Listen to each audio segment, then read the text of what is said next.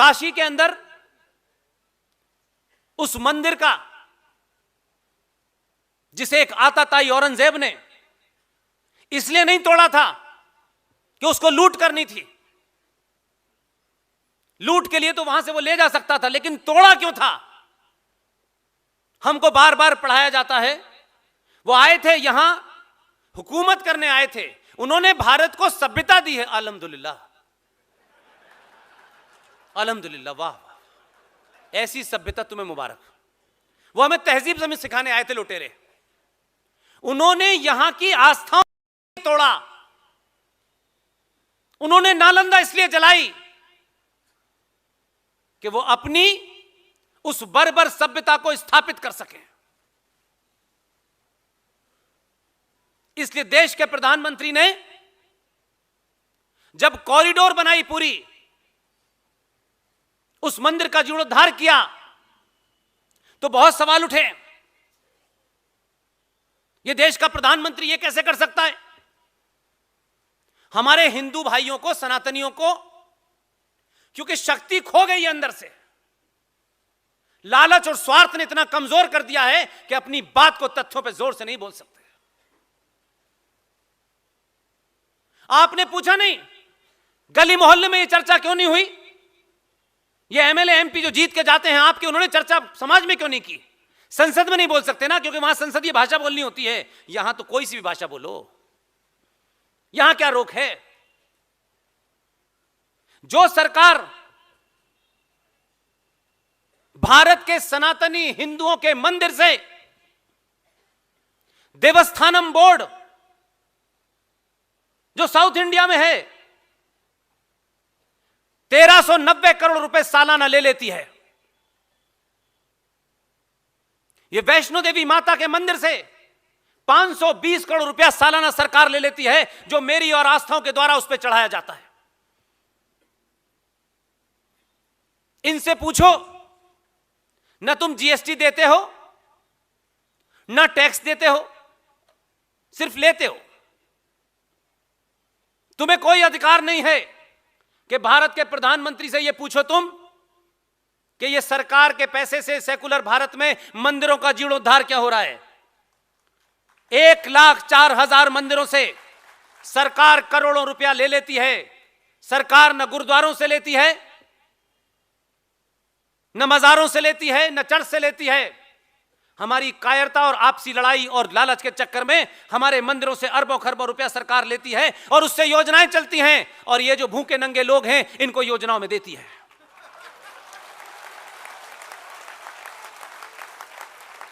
हम सरकार के पैसे के मोहताज नहीं हैं। हमने नहीं कहा कि उससे बजट से हमें दो पैसा। हमारे मंदिरों पे चढ़ने वाला पाई पाई हमारा है।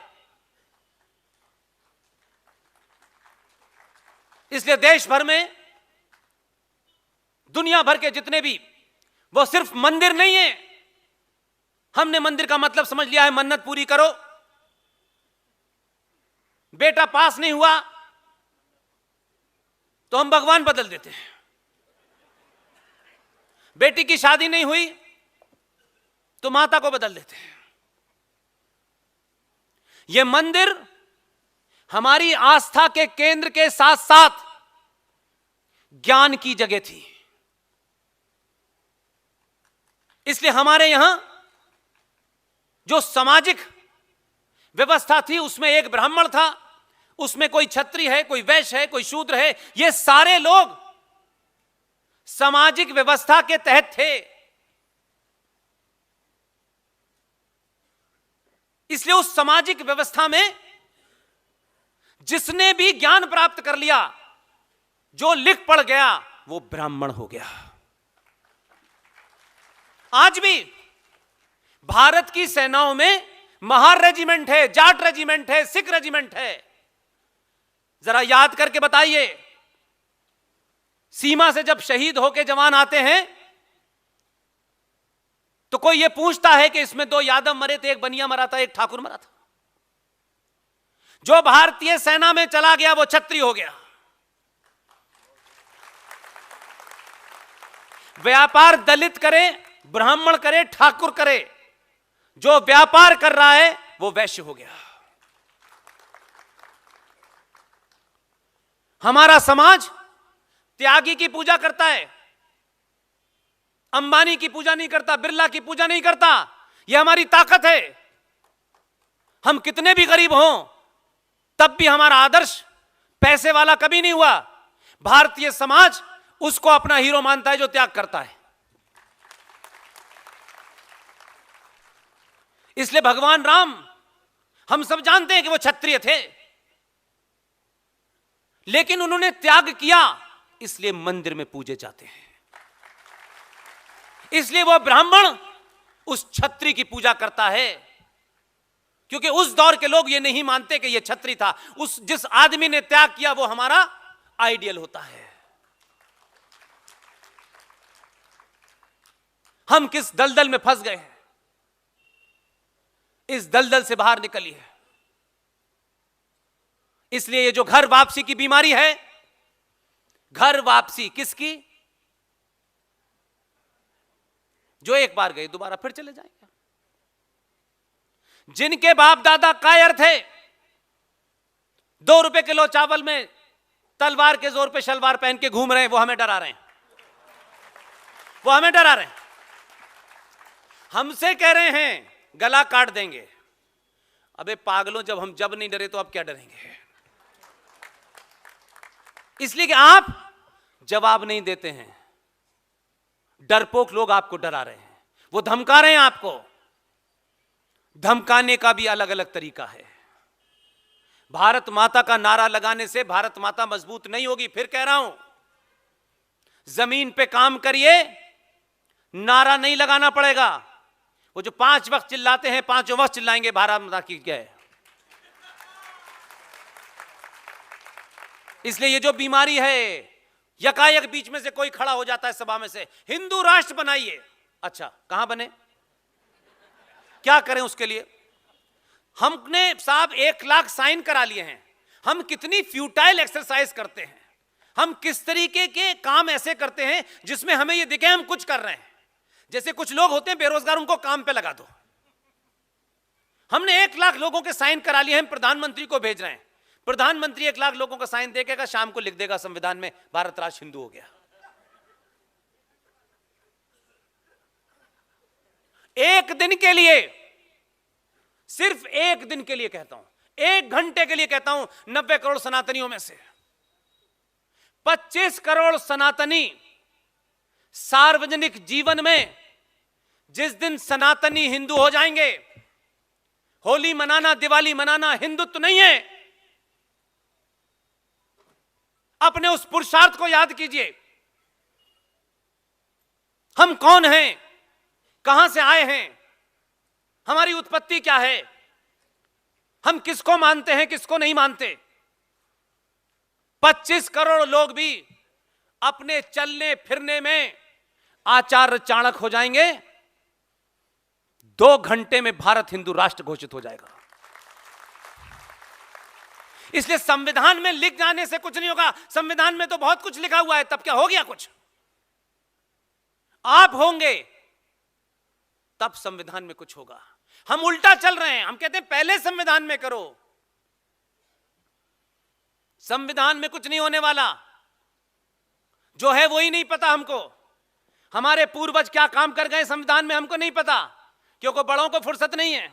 जो एक बार एमपी बन जाता है वो फिर पीला नीला कोट पहन के विधानसभा में और लोकसभा में नजर आता है। वो लोकसभा के अंदर जाने के बाद जो डॉक्यूमेंट उसके हाथ में है, जो वो सार्वजनिक कर सकता है, इतनी भी ईमानदारी कोई नहीं दिखाता है। माफ कीजिएगा, वो भी नहीं बताता है। इसलिए कह रहा हूं, सिर्फ कमाई कमाई कमाई, इसके अलावा कुछ सोचता नहीं है। और पाखंड करेगा समाज में आकर के। हाँ, मैं ये था, ऐसा ज्ञान लगेगा जैसे सारा ज्ञान ही इन्हीं को है। कुछ पता नहीं। हर ज्ञान के पीछे अपनी कुर्सी के चारों तरफ बस एक जाल बना रहे। माफ कीजिएगा, मैं किसी निजी टिप्पणी नहीं कर रहा हूं। कोई बात समाज में उसने नहीं बताई कि भारत की संसद के अंदर क्या जघन्य अपराध हुआ। हम रोक नहीं सकते थे, हम पब्लिक में आके बता तो सकते थे। मैं जितनी बातें आपको बता रहा हूं इससे कोई फर्क पड़ने वाला है? हां, पड़ने वाला है। आपके सामने कोई झूठ बोलेगा, आप 5 मिनट उसे समझाएंगे, ज्यादा अगर मगर करेगा एक झापड़ मारेंगे कि चलो यहां से निकलो। आपको झूठ सुनने की आदत डाल दी है इन नेताओं ने। झूठ सुनो, और पूरा समाज सुनता है कि सत्ता के ऊपर जो है वही ज्ञानी है। उन्हें वो मास्टर ज्ञानी नहीं लगता जिसने 70 साल लकड़ी की कुर्सी पर बैठ करके हजारों बच्चों को चाणक्य बनाया हो। क्योंकि उसके पास पैसा नहीं है, रुतबा नहीं है, बड़ी गाड़ी नहीं है, इसलिए वो जानते हैं जैसे ही सत्ता आती है आम आदमी से 3 मीटर की दूरी से बात करते हैं। जो कल तक कपड़े का फटा कपड़ा रूमाल समझते थे वो अब नैपकिन से मुंह धोते हैं।